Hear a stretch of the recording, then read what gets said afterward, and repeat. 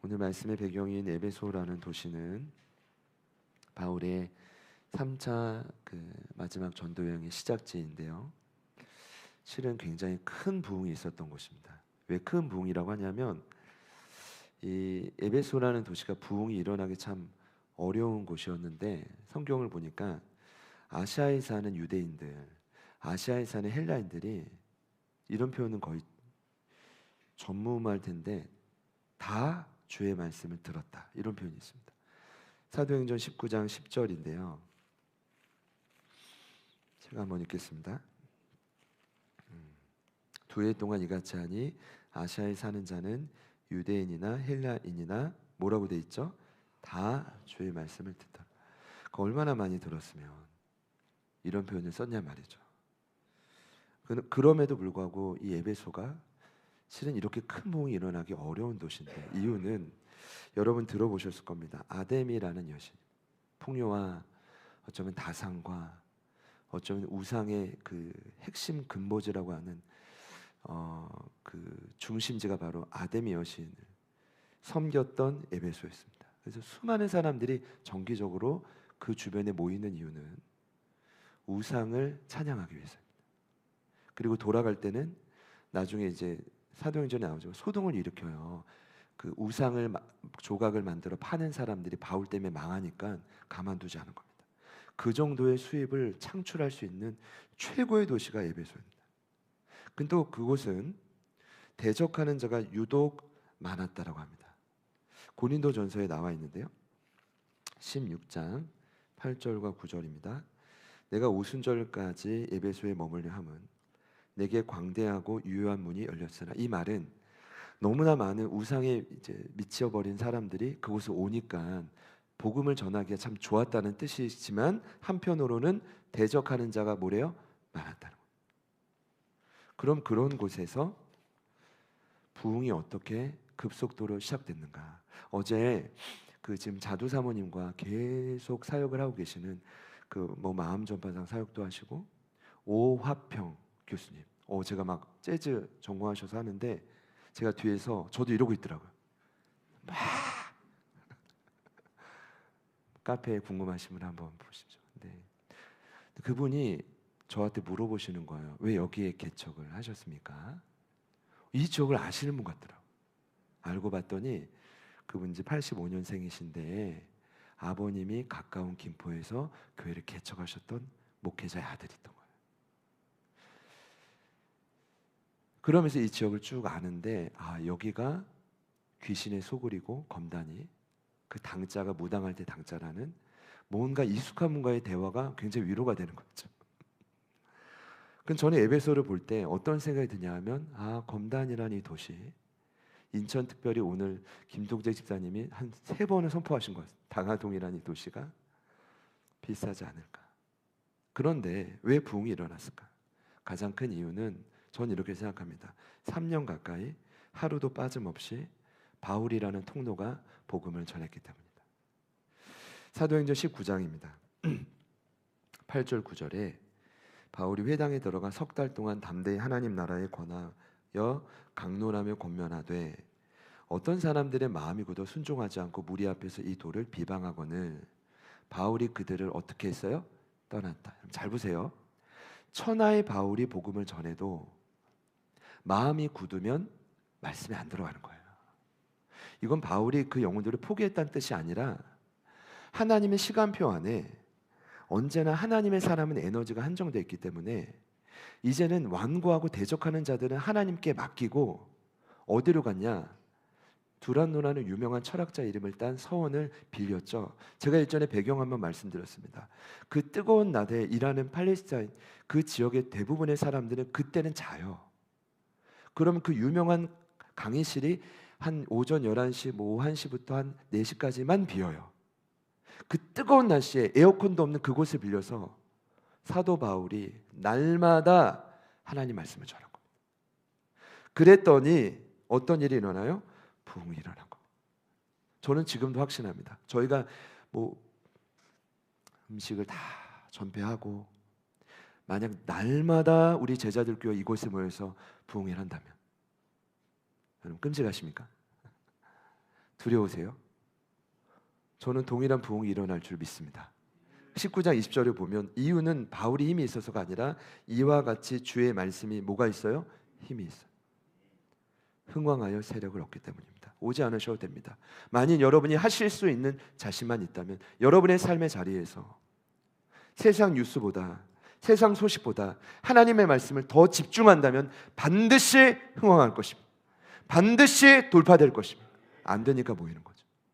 근데 문제는 그랬던 에베소의 안타까운 사실은 부흥의 현행화가 꺾여버렸다. 현행화는 모든 분야에 지금 이 시대에 가장 필요로 하는 기능, 좋은 상태를 지속적으로 유지하는 능력을 현행화라고 합니다. 건강한 사람은 계속 건강하고, 예민한 사람은 계속 섬세하고, 뛰어난 재능이 있으면 계속 뛰어난 것, 이거를 현행화라고 하는데 문제는 영적인 현행화가 꺾였다. 이유는 많은 학자들이 이렇게 말합니다. 유대주의를 비롯한 여러 이단 사상이 침투했다. 근데 가장 말하는 이유는 뭔지 아십니까? 외부의 탄압이 아니라 내부의 성도들 간의 분열이었다. 보이지 않는 사단이 조직적인 방해로 인해 그들의 의지를 꺾었다. 여러분, 에베소서의 결론 아시죠? 보이는 사단이 아니라 보이지 않는 사단과 싸우라고 분명히 말했어요, 안 했습니까? 했죠. 꺾였습니다. 오늘 질문은요, 그렇다면 복음의 통로인 에베소 지역의 교회가, 꺾여버린 교회가 어떻게 다시 세워질 수 있을까? 실은 교회는 저와 여러분 자신인데 꺾여버린 성도들의 삶을 통해 하나님의 나라가 어떻게 다시 한번 흘러갈 수 있을까? 첫 번째 질문입니다. 저는 이를 위해서 바울이 감옥에서 편지 썼다고 생각합니다. 에베소서는 옥중서신의 첫 번째입니다. 감옥에서 편지 썼다는 것은 보다 못해 쓰지 않으면 죽을 것 같아서 쓴 겁니다. 총 6장. 근데 이것을 오늘 저는 전반부와 후반부로 나눠봤는데 전반부는 1장부터 3장. 주제는 간단합니다. 복음의 중심인 예수님과 교회. 그러니까 예수님을 여러분 믿으셨죠? 그러면 뭐가 되느냐? 여러분은 교회가 됩니다. 그리고 예수님은 머리고 저와 여러분은 지체입니다. 옆에 있는 분들께 한번 말씀해 보실까요? 당신은 나의 지체가 되었네요. 그러니까 정말 치가 떨릴 정도로 싫은 분만 나가시고 아닌 분만 계시면 됩니다. 이게 복음의 흐름인데 에베소서 1장을 보니까요, 22절과 23절에 또 만물을 그의 발 아래 복종하게 하시고 그를 만물의 교회의 머리로 삼으셨다. 우리는, 교회는 그의 몸이다. 오늘은 현장에 못 오셨습니다. 이제 출근 때문에 못 오셨는데 지난주까지 성실히 새가족방 교육을 빠짐없이 마치신 함요셉 최승희 집사님 가정. 기적 같은 일은 초등학교 때 떠나갔던 두 딸 태양씨, 사랑씨가 서프라이즈로 엄마, 아빠와 함께 예배하기 시작했다. 할렐루야. 저는 다 정착될 거라고 믿는데, 근데 우리 함요셉 집사님이 제가 4주차 때 꼭 묻잖아요. 지체 중 어디를 원하시냐 했더니 처음에는 뜸을 들이시다가 다른 걸 말씀하셨는데 정말 말씀하고 싶었던 건 눈이셨더라고요. 근데 기가 막히게도 최승희 집사님이 준비하신 답은 미리 준비해 오신 거예요. 눈썹이었다. 그럼 별로 놀라시지 않는데 제가 그 교육의 감동을 다 전달이 좀 어렵지만 이미 저와 여러분은 그냥 한 몸의 지체가 되었다.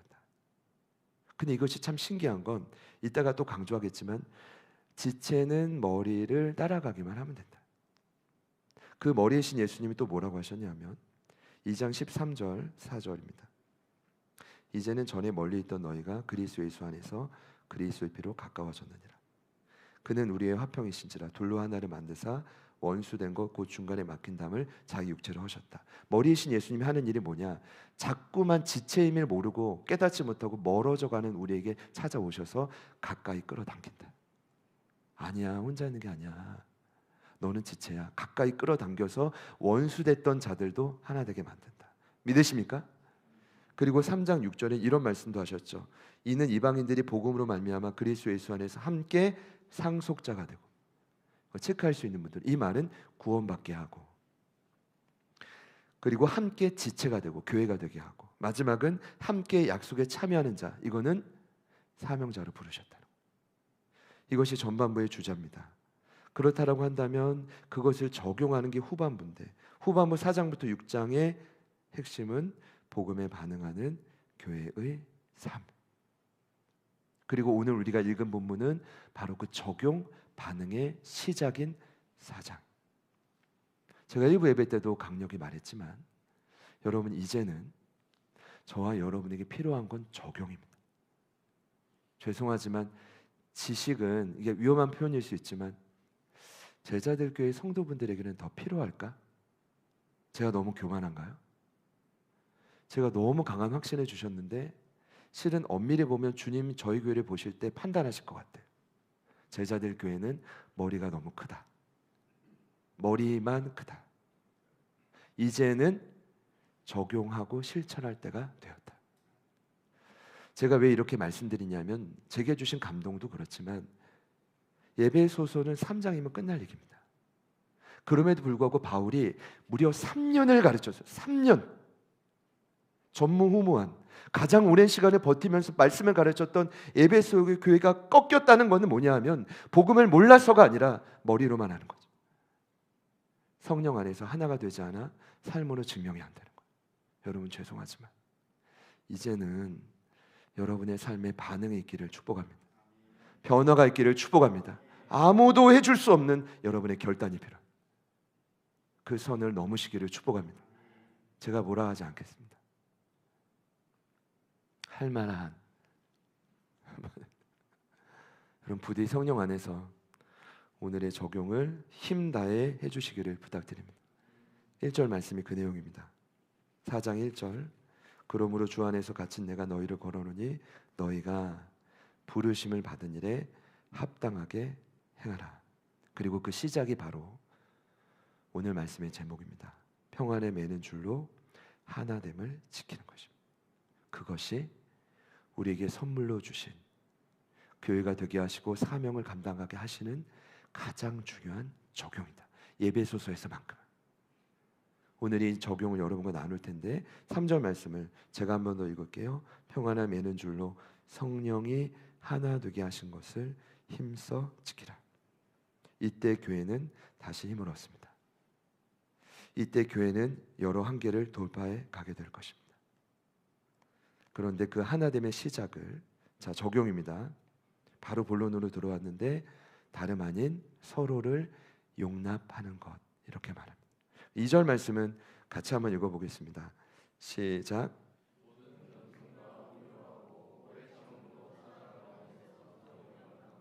아멘. 거기 보시면 용납의 정의가 나오는데, 아니, 용납이란 단어가 나오는데 용납의 정의는 그렇습니다. 너그러운 마음으로 남의 말이나 행동을 받아들이는 것입니다. 여러분 당연하겠지만 정의를 제가 해놨는데 화면에, 네, 당연하겠지만 좋은 말과 행동은 다 받아들일 수 있습니다. 여기서 용납이란 뭐냐면 타인의 말과 행동이 도저히 받아들일 수 없을 때 하는 행동을 의미합니다. 그렇게 하면 평안에 매는 줄로 성령이 친히 하나 되게 하신 것을 지킬 수 있다. 제가 이 정의를 정리하고 또 보면서 내린 결론은 간단합니다. 쉬운 일이 아니구나. 그리고 현장에서 제가 마주하는 건 불가능해 보이는 일이다. 괜찮아요. 뭐가 괜찮냐면 내 마음에 드는 사람의 행동과 말은 용납이 돼. 근데 내가 한번 이미 선을 긋고 저 사람은 아니야 라고 하는 사람의 말과 행동은 용납이 절대로 안 돼. 1년이 걸릴지 10년이 걸릴지 모르겠어요. 그러나 중요한 건 용납하지 못하면 반드시 여러분의 영적 현행화는 꺾이게 될 것이다. 믿으시기를 축복합니다. 절대로 부흥이 안 옵니다. 절대로 돌파가 안 일어납니다. 절대로 열매는 일어나지 않습니다. 그렇기 때문에 바울이 감옥에서 편지를 쓴 겁니다. 그래서 다시 본 표현이 있습니다. 2절을 보니까 그래서 이렇게 얘기한 거구나. 그래서 모든 겸손과 온유로 하고 그래서 오래 참음으로 사랑 가운데서만 서로 용납할 수 있는 거구나. 여러분 이해가 되십니까? 그래서 모든 겸손과 온유가 필요하고 오래 참음과 사랑이 필요하다. 그래야만 서로 용납을 할 수가 있다. 이 뜻은 어떤 의미냐 하면 준비가 되지 않으면 타인을 용납할 수 없다는 것입니다. 한두 번 할 수 있습니다. 그러나 에베소 교회가 경험한 것처럼 현행화는 불가능합니다. 다시 말씀드릴게요. 항상 항상 사단이 교회를 쓰러뜨리는 전략이 있습니다. 첫 번째는 물리적인 외부의 압력입니다. 근데 참 신기한 건 외부적인 압력은 항상 공동체를 하나 되게 만듭니다. 그래서 그 다음 사단이 쓰는 전략이 있습니다. 그 다음은 내부의 분열입니다. 스스로 자멸합니다. 스스로 자멸하고 있는 교회가 너무 많습니다. 지금 그런 시대를 우리가 살아가고 있습니다. 왜냐? 사단이 내부의 분열을 일으킬 때 항상 연약한 틈을 우는 사자처럼 달려들어서 누가 그 틈이 될지 모르겠지만 공동체를 흔들 때 말이죠. 누군가는 끊임없이 그 자리에 서서 누군가를 용납해 줄 수 있으면 괜찮습니다. 논리적으로 대변하는 말이 아닙니다. 이 말은 그냥 용납입니다. 타인의 말도 안 되는 말도 안 되는 행동을 그냥 받아줘라. 그러면 되는데 에베소 교회를 보니까 그런 자들이 희박해지다가 사라진 겁니다. 왜요? 더 이상 모든 사랑, 모든 오래 참음, 겸손, 온유를 받을 공급처가 사라졌기 때문에. 쉽게 말하면 용납할 힘과 여유가 없기 때문이지 다른 사람 문제가 아니라는 것입니다. 세상은 판단하고 그 사람 때문이라고 말하겠지만 바울이 말하는 해결점은 너희 이유 때문에. 죄송합니다. 제가 이래가지고 오해하지 마시죠. 너희 할렐루야. 여러분 전혀 오해 없으실 거라고 생각합니다. 저는 성경에 있는 내용만 말씀드립니다. 그러면 그 다음 질문, 어떻게 그 힘을 가질 수 있습니까? 평안에 매는 줄이 바로 그 힘의 원천입니다. 자, 그런 의미로 같이 한 번 더 3절 읽겠습니다. 시작. 평안에 매는 줄로 성령이 하나 되게 하신 것을 지키라. 감사합니다. 평안에 매는 줄이란 평안으로 강력히 묶인 띠다. 제가 또 말씀드리겠지만 평안은 두려움과 근심과는 거리가 먼 단어. 평안이 내 삶을 강력히 다스릴 때 성령이 친히 하나 되게 하신 것을 우린 지킬 수 있다. 오해하지 마세요. 하나 되게 한 것은 여러분이 한 일이 아니라 성령님이 하신 일이에요. 할렐루야. 그러니까 내 마음이 하나가 되든 내가 또 다른 누군가 하나가 되든 이 일은 여러분이 한 게 아니라 누가 했대요? 성령님이 하셨다. 제가 여기서 고민하는 건 그렇다라고 한다면 성령이 친히 하나 되게 하신 것은 단지 눈에 보이는 형체가 하나 되거나 어려움을 겪는 성도들 간의 관계가 하나 되거나 분열의 조짐에 있는 어떤 가정과 공동체가 연합하는 것만 의미하지는 않겠다. 먼저 하나 된다는 것은 어디에 적용해야 되냐면 이런 걸 겁니다. 다른 사람이 문제가 아니라 먼저 내 안에 지금도 분산되는 생각들, 예배를 드리면서도 집중하지 못하게 하는 흩어진 마음들. 당연하죠. 일주일 내내 익숙한 근심과 두려움 속에 살다가 왔는데 당연하다고 저는 생각합니다. 집중이 안 되는 건 당연하다.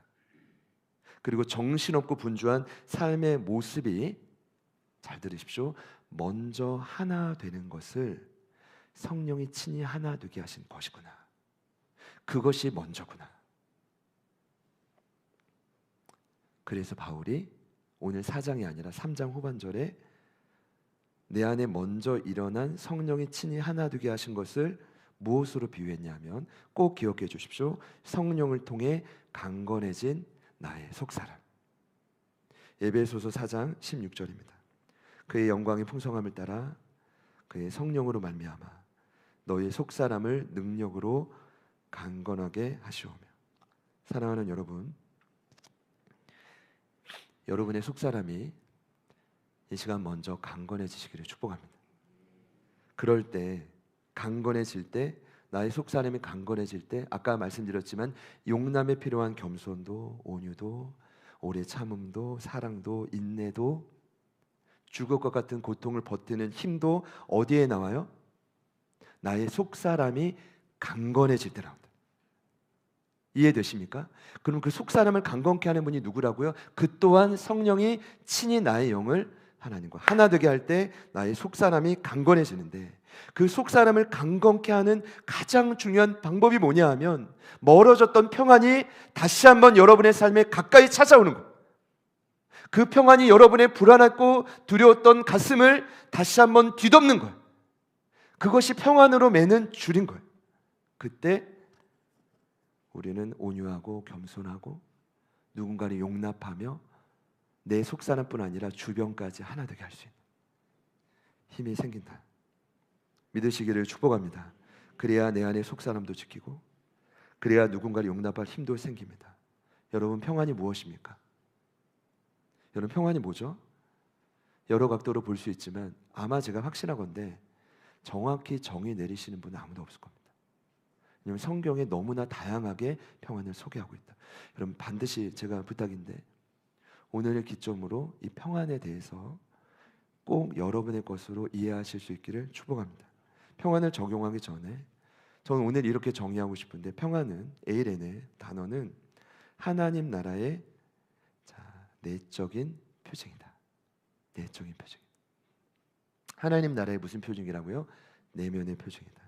로마서 14장 17절을 보면 동일한 저자인 바울 사도가 하나님 나라에 대한 유명한 구절을 선포합니다. 이런 말을 해요. 하나님의 나라는 먹는 것과 마시는 것이 아니요 오직 성령 안에 있는 의와 저 평강이 평안인데 평강과 희락이라.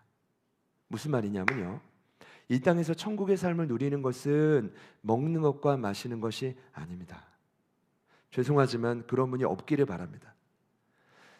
일부 때도 제가 좀 진심으로 선포했지만 요즘 목요일 밤마다 일남전도의 복음성경 학교를 할 때 제가 뭘 느끼냐 하면 오시는 분들의 삶이 형통해져 가고 있구나.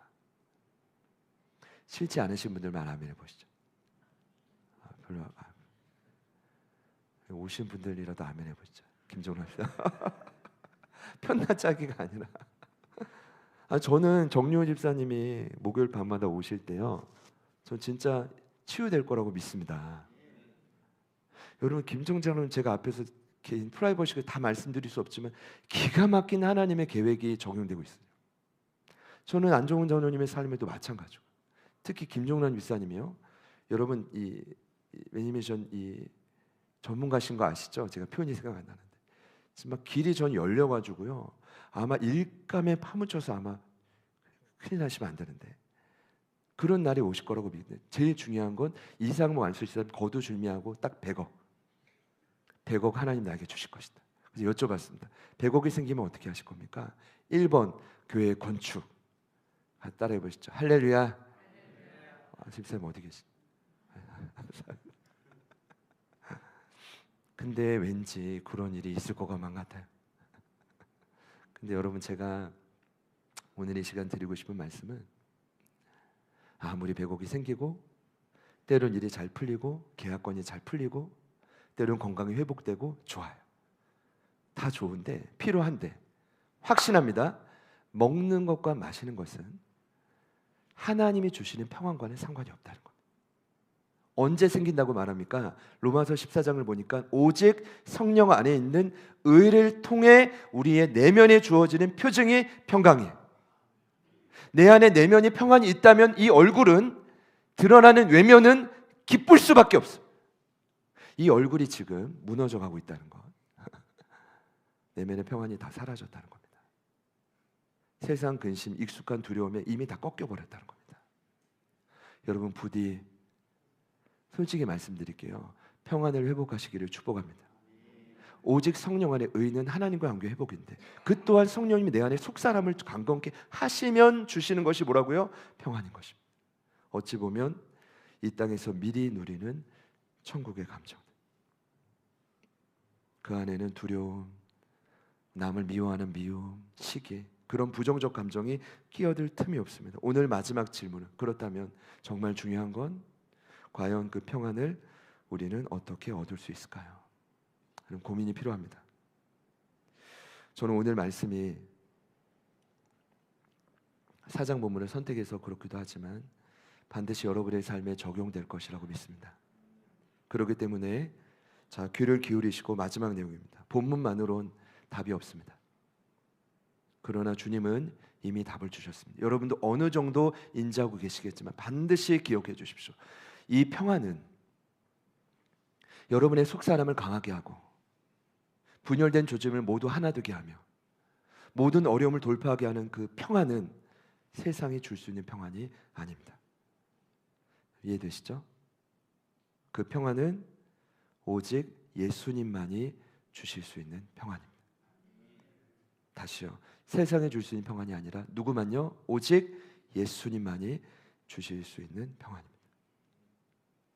보통 많은 사람들이 평안을 말할 때 근심과 두려움의 반대 상태로 봅니다. 왜냐하면 이게 근거가 있어요. 예수님이 그렇게 약속을 하셨기 때문이에요. 제자들과 헤어지기 직전에 평안을 먼저 얘기할 때 딱 보아하니 내가 없으면 제자들이 근심과 두려움에 사로잡히기 뻔해. 그래서 먼저 약속한 평안이 뭐냐 하면 근심과 두려움을 이기는 평안이에요. 그래서 평안을 뭐라고 소개하냐면 근심과 두려움의 반대말이라 이렇게 말해요. 요한복음 14장입니다. 14장 27절인데요. 제가 읽을게요. 네, 평안을 너희에게 끼치노니 곧 나의 평안을 너희에게 주노라. 내가 너희에게 주는 것은 세상에 주는 것과 같지 아니하니라. 너희는 마음에 근심하지도 말고 두려워하지도 말라. 믿으십니까? 근데 이대로 끝나면 좋은데 예수님은 어디까지 생각을 하냐면 아까 에베소 3장 6절에 나온 것처럼 상속자 되고 지체가 되고 부르심에 참여하는 자가 된다는 건 사명자로 서야 돼요. 여러분 시간이 차이만 있을 뿐이지 언젠가는 여러분은 부르심의 자리에서 사람을 살리는 사람이 돼야 돼. 그러려면 죄송하지만 내 안의 근심과 두려움만 이기는 평안만으로는 부족해. 그래서 예수님이 한 번 더 평안을 마지막 고별 설교의 결론에 선포하세요. 그게 16장의 결론입니다. 요한복음 16장 33절. 이것을 너에게 이르는 것은 너희로 내 안에서 무엇을 누려요? 평안을 누리게 하려 함이라. 세상에서는 너희가 환난을 당하나 담대하라. 내가 세상을 이겼노라. 이 자리에는 단지 내 안의 근심과 두려움 때문에 한 주간 힘들다 오신 분도 계시겠지만 그러나 이 자리에는 소수라도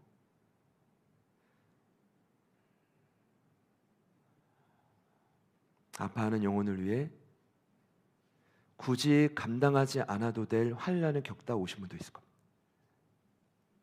우린 그들을 사명자라고 합니다. 영혼을 살리는 사람이라고 합니다. 여러분 구분하시기를 축복합니다. 여러분의 근심과 두려움 때 사로잡혀 잘못된 건 아닌데 그렇게 오셔도 되는데 분명 이 자리에는 세상 속에서 하나님의 생명을 누리고 전하기 위해서 피할 수 없는 환난을 이기다가 그 짓눌리다가 오신 분도 있다. 괜찮아요. 그분들에게도 주님이 뭘 약속했냐 하면 평안을 약속했다. 여러분 예수님이 주시는 평안은 완전한 평안인 줄 저는 믿습니다. 한 번 더 말씀드리지만 그 평안이 여러분 너무 놀랍지 않습니까? 그리고 그 평안이 오늘 여러분들에게 정말 경험된다면 얼마나 위대한 역사가 일어나겠습니까? 놀라운 건 예수님이 부활하시고 이 약속을 제자들에게 먼저 지키셨다는 겁니다. 여러분 안타깝지만 요한복음 20장을 보니까 예수님과 3년을 함께했다. 여러분 너무 신기하지 않아요? 에베소 교회가 몇 년 함께했어요? 3년. 제자들이 예수님과 몇 년 함께했어요? 3년. 이건 전 이유가 있다고 생각합니다. 완전수인데 3년을 함께해도 예수님을 배신하고 근심과 두려움으로 문을 꽁꽁 닫고 숨는 게 인간의 현실입니다. 최근에 저에게 제일 많이 전화 주는 분은 제가 이제 조금 최근 기록에 남잖아요. 누굴까 봤더니 저희 아내도 아니고 저희 친형님인 거예요. 형님. 좀 놀랐어. 와 김모한 목사님이 바쁘신데 왜 나한테 자꾸 전화를 주시지? 이제 목소리 들으면 단번에 알잖아요. 죽어가고 있구나, 살아가고 있구나. 이번에 저를 잠깐 만났을 때 그런 얘기를 하더라고요. 야, 정말 10년 동안 대단하다. 근데 제가 지금 간지 10년 안 됐는데 그런 말 할지 제가 자꾸 꼬아보는 성격이 있어가지고 나는 뭐 맨땅에 헤딩하듯 지금 하나님은 여기까지 왔지만 이 마음을 어떻게 알까? 그보다는 너무 이제 사역의 현장이 너무 힘드니까 자주 전화를 주셨던 것 같습니다. 그런데 최근에 어떤 고민이 있냐면 사역자 공백이 생겨가지고 어떻게든 교육자를 충원하려고 하는데 문제는 뭐냐 하면 교육자 안 구해져요. 뭐 그 원인이 다 그렇진 않겠지만 어떤 학번을 이렇게 조사를 해보니까 학부를 졸업한 신학과를 졸업생이 90명인데 지금 현장에 사역하는 학생이 그때 이제 나름 학생, 지금 사역자지만 6명이 남았다는 거예요. 그럼 84명은 어디로 갔는가? 1번은 하나님의 길이 그 길이 아니라 원래 준비하신 더 좋은 길로 갔을 거라고 저는 대다수 생각합니다. 저는 지금도 신대원생들 상담할 때 이렇게 얘기합니다. 제가 옛날에 별명이 CC였습니다. 커플 커터라고. 십자가 커터라고. 이거 뭐냐? 제발 이 길 안 가도 돼. 지금이 마지막 기회야. 전도 시치 받기 전에 딴 길 가도 돼. 저 이 얘기 참 많이 했습니다. 왜냐면 제가 진심으로 얘기했거든요. 그런데 아마 또 많은 분들은 주님 주신 확신이 있었지만 그 길을 끝까지 가기 어려워서 잠시 쉬고 있는 분들이 계실 거라고 생각합니다. 얼마 전 신대원의 1일 부흥 집회도 그랬습니다. 주제가 사명이었는데 제가 마음이 아팠던 건 이제 후배들이 걸어가야 될 과정에 사실 현장이 녹록지 않잖아요.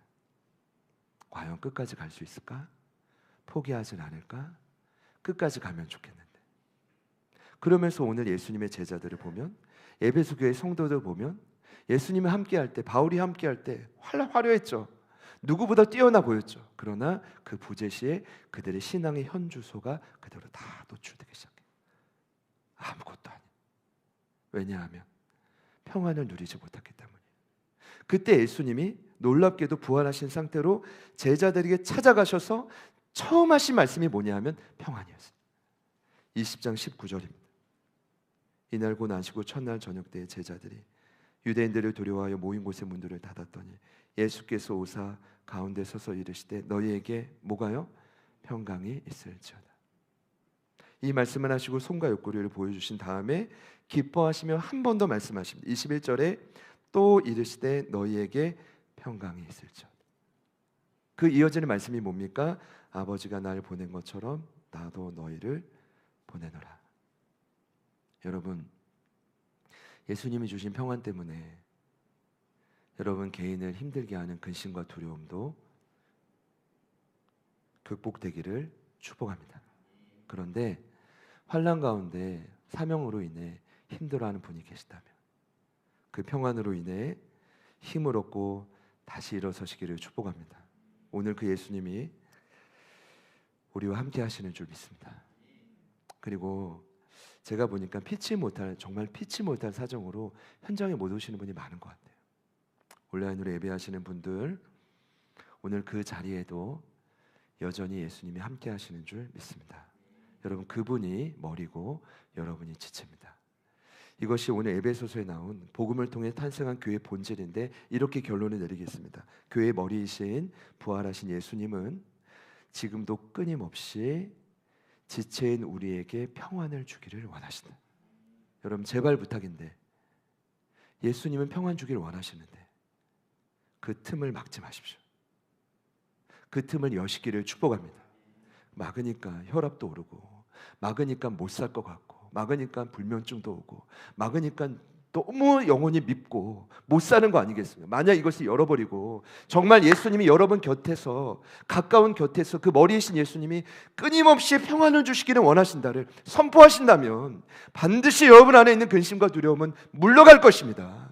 반드시 우리 안에 찾아오는 환난이 두려움이 아니라 승리의 디딤돌이 될 것이죠. 그러니까 전 예배의 결론이 오늘 간단하다고 봅니다. 예배는요, 분명히 말씀드립니다. 근심과 두려움 가지고 오는 곳이 예배입니다.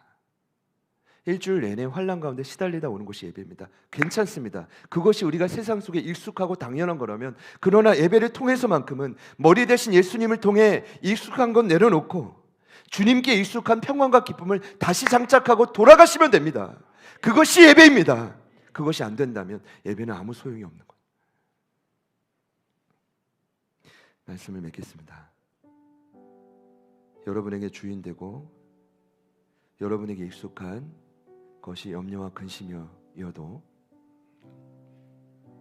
오늘 이 예배를 통해 그 익숙하고 주인된 것들을 한 번은 내려놓으셨으면 좋겠다. 대신 어쩌면 예수님께는 당연하고 예수님께는 익숙한, 이미 어쩌면 저와 여러분의 남은 인생의 플랜을 통해서 다 계획하신지 모르겠지만 예수님이 너무 주기 원하는 그 평안과 기쁨이 여러분에게 장착되기를 축복합니다. 혹시 이 자리에 무너지는 속사람을 붙들고 오신 분 있어요? 계십니까? 다시 한번 무너진 마음들, 여러분의 흩어진 생각들이 회복되기를 원하시는 분 있습니까? 혹여나 무너진 관계, 본인의 현장을 치유되고 회복되기를 원하시는 분 계십니까? 아니면 성령이 하나 되게 하신 여러분의 가정, 그리고 교회, 공동체를 더욱 견고히 세워가기를 소망하는 분 계십니까? 오늘 제가 드리고 싶은 결론은 간단한데, 지금 우리는 평안에 매는 띠가 필요하다. 그냥 필요한 게 아니라 반드시 필요하다. 많이 필요하다. 이를 위해서 오늘도 먼 데 있던 여러분들을 가까운 데로 불러주신 분이 우리 예수님이다. 전 이번에 처음 발견했는데 에베소서 2장에 이런 말씀이 있더라고요. 놀라운 결론입니다. 2장 16절 이하인데, 또 십자가로 이 둘을 한 몸으로 하나님과 화목하게 하려 하십니다. 원수된 것을 십자가로 소멸하시고 또 오셔서 먼 데 있는 너희에게 평안을 전하시고 가까운 데 있는 자들에게 평안을 전하셨습니다. 그러니까 멀리 있던 가까이 있든 예수님은 평안을 주셔서 이는 그로 말미암아 우리 둘이 한 성령 안에서 아버지께 나아감을 얻게 하려 하십니다. 예수님은 여러분에게 평안 주기를 원하십니다. 특별히 오늘 말씀의 제목이죠. 평안에 매는 줄로 하나됨을 지키라. 근데 바울이 뭐라고 말하냐면 4절에 그냥 지키는 게 아니라 뭐라고 말하죠? 힘써 지키라. 부탁인데 여러분 지금보다 더 노력하시기를 축복합니다. 어떻게 하는 것이? 내가 평안을 주기 원하는 예수님을 힘써 바라보는 일인가? 어떻게 하는 것이 내게 주신 평안을 내가 지키고 흘려보내는 일인가? 여러분 그 과정 속에 용납할 힘도 주실 것이고 그 과정 속에 하나됨의 은혜도 주실 것이고 아마 그 과정 속에 여러분 믿고 따라가는 것이기 때문에 필요한 열매도 허락하실 것이다. 믿으시는 분들만 아멘 해보시죠. 반드시 돌파가 일어날 줄 믿습니다. 반드시 우리 그 마음으로 우리 같이 찬양하겠습니다.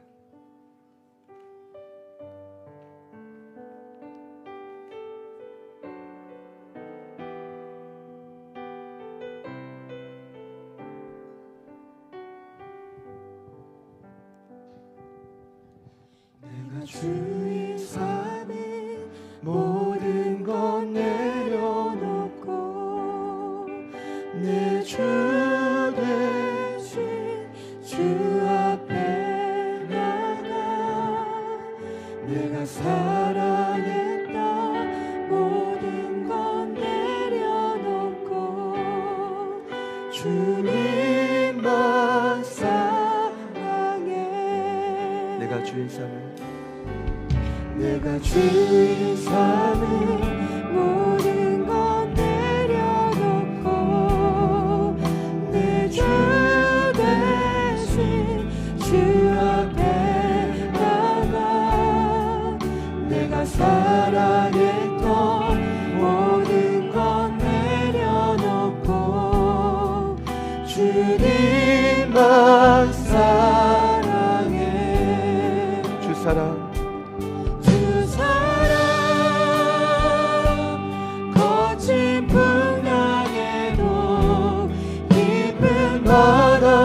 바다처럼 나를 잠잠게 해. 주 사랑 내 영혼의 반석 그 사랑 위에 주 사랑 주 사랑 거친 풍랑에도 깊은 바다처럼 나를 잠잠게 해. 주 사랑 내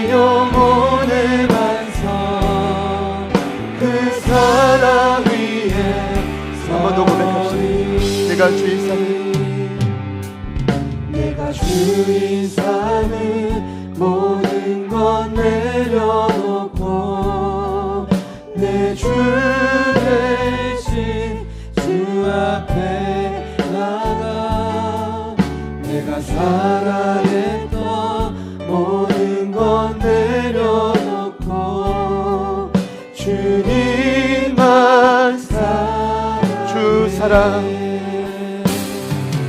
주 사랑 거친 풍랑에도 깊은 바다처럼 나를 잠잠케 해. 주 사랑 내 영혼의 반석 우리 무너진 속사람을 향해 믿음으로 선포합시다. 주 사랑 주 사랑 거친 풍랑에도 깊은 바다처럼 나를 잠잠케 해. 주 사랑 내 영혼의 반석 분열되고 넘어지고 갈라진 모든 공동체와 영역을 향해 선포합시다. 주 사랑 거친 풍랑에도 깊은 바다처럼 나를 잠잠케 해. 주 사랑 내 영혼의 반석 그 한 번 더 우리의 사명의 자리를 향해 주 사랑 주 사랑 거친 풍랑에도 깊은 바다처럼 나를 잠잠케 해. 주 사랑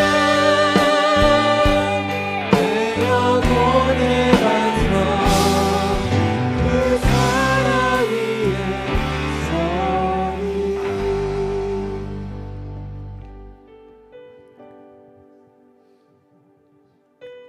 좀 많이 착각했던 게 있는데 무언가 제가 여러분에게 큰 힘이 될 거라는 근본적인 문제를 해결할 수 있을 거라는 착각.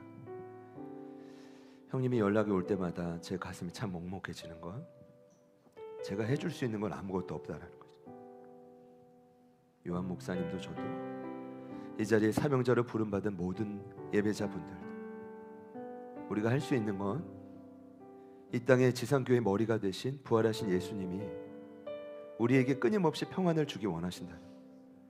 그것으로 내 안에 나를 계속 숨게 만드는 포기하게 만드는 근심과 두려움을 이기는 것, 그리고 더 강력한 그 평안이 쌓이고 쌓일 때 세상에서 사명 감당하다가 말도 안 되는 일을 겪을 때 억울한 일을 만날 때 그 환난을 이기게 하는 것, 그 평안. 하나님 그 평안을 우리가 구하는데 제게 주신 확신은 우리에게 익숙한 것을 내려놔야 돼. 염려하고 근심하고 어쩌면 남을 미워하고 판단하는 것, 우리에게 익숙한 주인 된 것이 하나님 예배를 통해 우리가 내려놓겠습니다. 주님께 익숙하고 주님께 당연한 평안과 기쁨을 성령이 친히 하나 되게 하신 멀리 있던 우리를 가까운 데로 불러 주기 원하는 그 평안을 오늘 이 시간 우리에게 허락하여 주십시오. 그 평안으로 무장되어 속사람이 강건해지고 그 평안으로 무장되어 오늘 우리를 다시 흩으실 그 자리에서 승리하는 역사가 일어나게 하십시오. 주님이 하실 것입니다. 주님이 하실 것입니다. 우리 찬양해 주실 때 우리 주님 이름 한번 부르시고 우리 다 같이 한번 합심하여 기도합니다. 주님,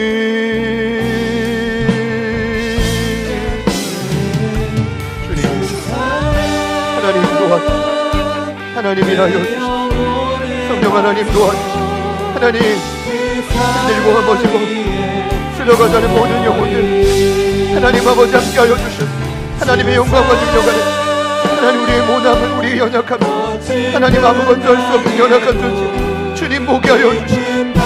끊임없이 찾아오는 풍랑 앞에 끊임없이 우리를 괴롭히는 사단의 전략 앞에 하나님 그 모든 연약함을 누리는 틈을 노리는 모든 사자마귀 앞에 하나님은 더 이상 우리가 떨지 않기를 원하고 하나님 우리가 더 이상 무너지지 않기를 원하고 하나님 도와주시오. 하나님 허락하신 위대하신 그 예수님 성령을 통해 우리를 하나 되게 하시는 줄 믿습니다.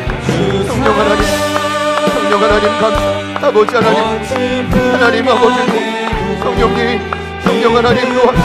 아버지 하나님, 아버지 하나님 도옵소서. 성령님, 성령 하나님 감사.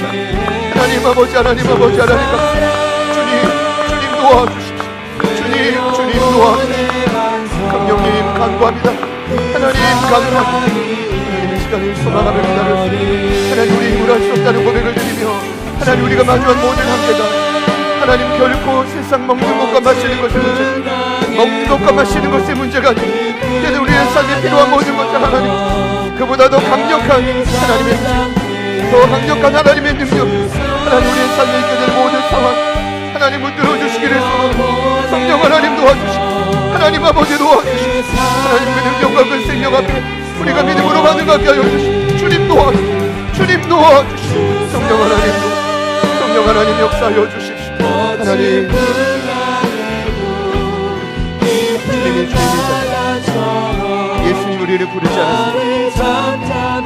더 이상 우리의 감정이 예수님보다 더 이상 우리의 생각과 판단이 예수님보다 앞서지 않기로 주님이 머리이십니다. 주님이 모든 것입니다. 주님이 가장 강력한 분이십니다. 하나님 기도하고 고민하는 모든 현장, 하나님 신음하며 아파하는 모든 현장 주님이 함께하시고 하나님의 강력한 일하심, 하나님의 강력한 능력 하나님 우리의 삶에 누려지고 새로워지고 변화되고 하나님 함께 될 줄 믿습니다. 성령님 도와주십시오. 성령 하나님 도와주십시오. 주님 도와주십시오. 하나님 도와주십시오. 성령님 도와주십시오. 하나님 아버지 주 사랑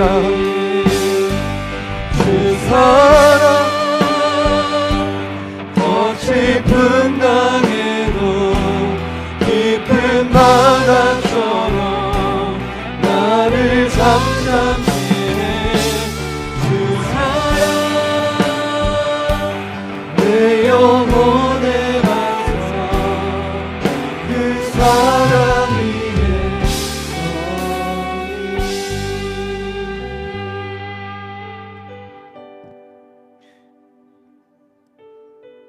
예수님께서 친히 한 분 한 분을 불러주셨습니다. 주님이 구원하셨고 주님이 교회가 되게 하셨고 이제는 더 깊은 곳으로 부르시는데 더 이상 그 기점에서 두려워하지 않기를 소망합니다. 어차피 예수님이 한 분 한 분의 머리이십니다. 예수님만이 한 분 한 분의 주인이십니다. 그러니 주님에게 익숙한 것으로 우리의 삶을 변화시키게 하여 주십시오. 더 이상 나에게 익숙한 것으로 주님 앞에 반응하거나 주님께 어긋장을 놓거나 주님과 평행선을 긋는 위험한 일이 우리의 삶에 드러나지 않게 하여 주시고 오직 예수님 앞에 엎드려 순종하는 우리의 삶이 되게 하여 주십시오. 반드시 오늘 가지고 나온 모든 근심과 두려움이 물러가며 우리의 삶에 찾아온 환난이 꺾여지며 다시 그 영적인 부흥의 현행화가 저희들의 모든 삶의 자리마다 이루어질지어다. 아주 조직적으로 우리 연약한 틈을 타서 우리의 마음을 분산시키고 어지럽히 만들고 교회 내부의 분열을 일으키는 악한 사단의 모든 역사가 승리하신 예수 이름의 능력으로 이미 떠나간 줄 믿습니다. 이곳에는 오직 하나 되는 역사, 성령이 친히 하나 되게 하신 역사를 힘써 지키는 용납하는 주의 군사들을 세워 주시옵소서. 힘을 주시고 용기를 주시고 담대함을 주시고 하나님 온유와 오래 참음을 허락하시고 예수의 사랑 안에서 마음껏 하나 되어 전진할 때 지체된 우리의 모든 삶의 현장에 반드시 돌파가 일어나게 될 줄 믿습니다. 이제는 우리 구주 예수 그리스도의 은혜와 하나님 아버지의 변함없는 신실하신 사랑하심과 성령님의 내주 충만 교통 위로하심의 역사가